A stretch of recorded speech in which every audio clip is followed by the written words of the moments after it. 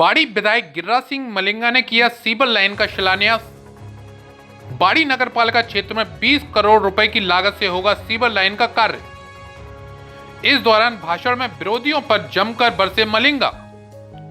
बोले, जिनका खुद का कैरेक्टर खराब वो मुझसे मांगते हैं सर्टिफिकेट। मैं अपने 15 साल के विकास कार्यों को लाऊंगा जनता के सामने।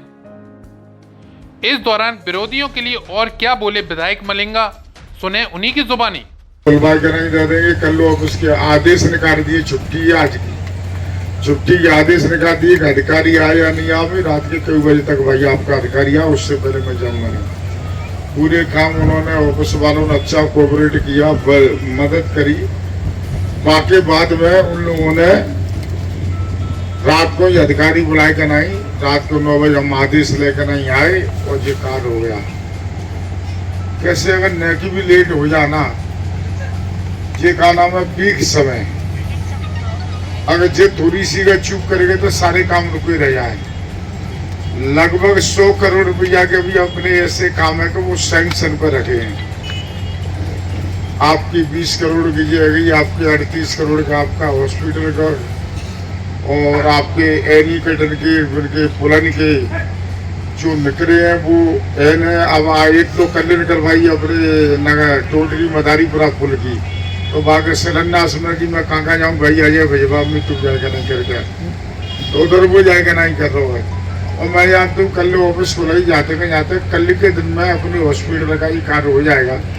वो कल नहीं हुआ तो मेरे को 2-3 तारीख को दोबारा से जयपुर जाना पड़ेगा। अर्जेंट बैठेगा, फिर हाथ में कागज लेकर ना फिर आने। जैसे चुनाव के कागज था बहुत समय, पूरी 5 साल क्षेत्र में रहे, 5 साल डोले हैं। जितने कार्य हो जाए इतना ज्यादा ध्यान देना चाहिए। अभी अपने 12 करोड़ 22 लाख की हमारी जो गांव की आरसीसी है, वो भी एक टेंडर अभी कल परसों हो पाया है, तो वो भी फाइल में जानती हूँ कल परसों जयपुर पहुंच जाए, तो वो भी अर्जेंट लानी पड़ेगी। तो ये थोड़े से 100 करोड़ रुपए के काम है लगभग। जी अगर मैं 2-3 दिन अगर जयपुर में और रह लूँगा तो उससे अपने सारे कार्य चालू हो जाएंगे। और विकास के कार्य, काम के कार्य आप लोगों ने दिख रहे हो तो कोई कमी तो रही नहीं है, और कोई छोटी मोटी कोई कमी रही है तो दोबारा जनता अगर मौका देगी तो फिर चौथी बार में कराई देंगे। मैं आपको बताऊं, बकाया आरोप लगाए। मैं जब तक वो 2 पत्रकार बुलाए के नहीं, और मैं जब एक आरोप लगाते रहते, अब आरोप का समय ना नहीं। अब तो सिर्फ हिसाब देने की जरूरत है। ये पत्रकार जहाँ पर सब खड़े यही जाके ना इंटरव्यू लेते हैं, भाई हो मेरे हो, आप एक इंटरव्यू उनका जी ले लें कि भाई आप एक विकास पर मुद्दा बताओ कि आप लोगों की बीजेपी की सरकार रही, 10 साल आपकी गवर्नमेंट रही, 5 साल आप विपक्ष में मेरे रहे, 15 साल का कार्यकाल आप मिलो है और 15 साल ही मुझे मिला है। जैसे 5 साल विपक्ष में, 10 साल सत्ता में, तो वो 15 साल के तो छोड़े, जो 5 साल में उन लोगों ने क्या काम कराया है। सेंटर में उनकी सरकार है। अब समय आ गया हिसाब देने का जनता के सामने। अभी मैं देखूँ अखबार में ऐड दिलाऊंगा, और उन लोगों ने अगर कोई ऐसे कार्य कराए तो वो भी एक अखबार में निकलवाए तो भाई हम लोगों ने जे बाड़ी विधानसभा क्षेत्र में विकास कराया है, जो हमारे अखबार की तरफ से ऐड है। और वो लोग अगर नहीं दे पाए या वो कंजूसी कर रहे हों तो उनके अखबार के ऐड के पैसे को मैं वहन कर लूंगा या मेरे कार्यकर्ता कर लेंगे। और दे तो सही, आप लेकर जो काम मैं दूंगा। अभी मैं मंगा रहा हूँ डिपार्टमेंटों से कि कितने कार्य हुए हैं आपके क्षेत्र में, जनता के लिए जो भी विकास के कार्य हुए वो सभी आपके सामने आ जाएंगे। और जो भी कार्य में से वो आपको दिख रहे हैं। मैं अगर अपनी ज़्यादा वो तारीफ करूं तो मेरे कहने से कुछ भी नहीं होगा। वो तो जनता तय करेगी कि कौन है क्या कराया है। जनता ने तय किया है। चुनाव हराने जिताने वाले कौन है? जनता है। लोकतंत्र में जनता ही माँ बाप होती है। वो राजा के पेट से राजा तो बनेगा नहीं, अब तो मशीन दबाएगी। जिसके फेवर में जनता मतदान करेगी वो व्यक्ति चुनाव जीतेगा, वही विधायक बनेगा, वही एमपी बनेगा। अब इन लोगों के पास कुछ है तो है नहीं कहने के लिए, सिर्फ एक चीज पकड़ ली है, रिंग रोड टेढ़ी है कि रिंग रोड टेढ़ी है कि अरे भाई एक बार रिंग रोड के अलावा आप सीधी करा दी हो भाई। आपने क्यों नहीं कराई? आप मेरे से पहले थे तो जब आप सीधी करा लेते, आपने तो कैसे नहीं कराई भाई? अब करा लेना, कहीं टेढ़ी रहेगी तो दोबारा डट जाएगी, कोई सीधी हो जाएगी। जब आप करा लेना, आपको सोने गुज्जा वाला पुल है 84 करोड़ का, वो आप बना दी करो, वो टेढ़े है। एक बार भाव की जिक्र कर लेते। आपके हॉस्पिटल का काम है, जाऊ पे एक बार कह देते कि साहब हॉस्पिटल का काम है, बहुत अच्छे है। आपके सिविल लाइन है रहे हैं, और आपके जो बाजारों में गली खड़ेंगे आरसीसी पाइपलाइन डर रही है, ज्यादा के लेते आप जितना आने टेढ़ी जितना सीधे डर रहे हैं। सबू की कह लेते, सबू में सीधा डर रहा है। बस ही ना बाबा रोड डर रही है, सबू में आरसीसी भेजे फिर तो सीधी बता देते कि बहुत टेढ़ी है गई है। एक बार जीव कर लेते, बस ही ना बाबा रिंग रोड ने कर रही है, भाई बता देते कि ये टेढ़ी है कि सीधी है। आरोप लगाने तो और भौंकने से कुछ भी नहीं होता है, काम करके नहीं दिखाओ।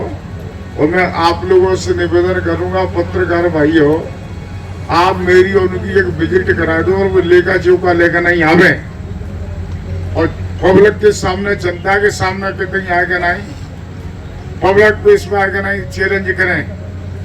क्या होता है जी मोबाइल पर बकने से और भाषण देने से, ये हो गया, ये हो गया।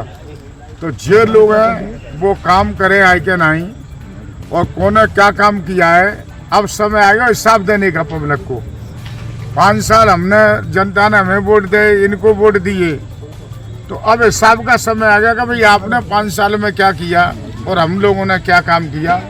और जो आरोपों से कुछ नहीं होता है, वैसे तो इन लोगों के पास कुछ है ही नहीं, अभी तक टिकटों के हिले नहीं है कि किसको मिलेगी और क्या होगा।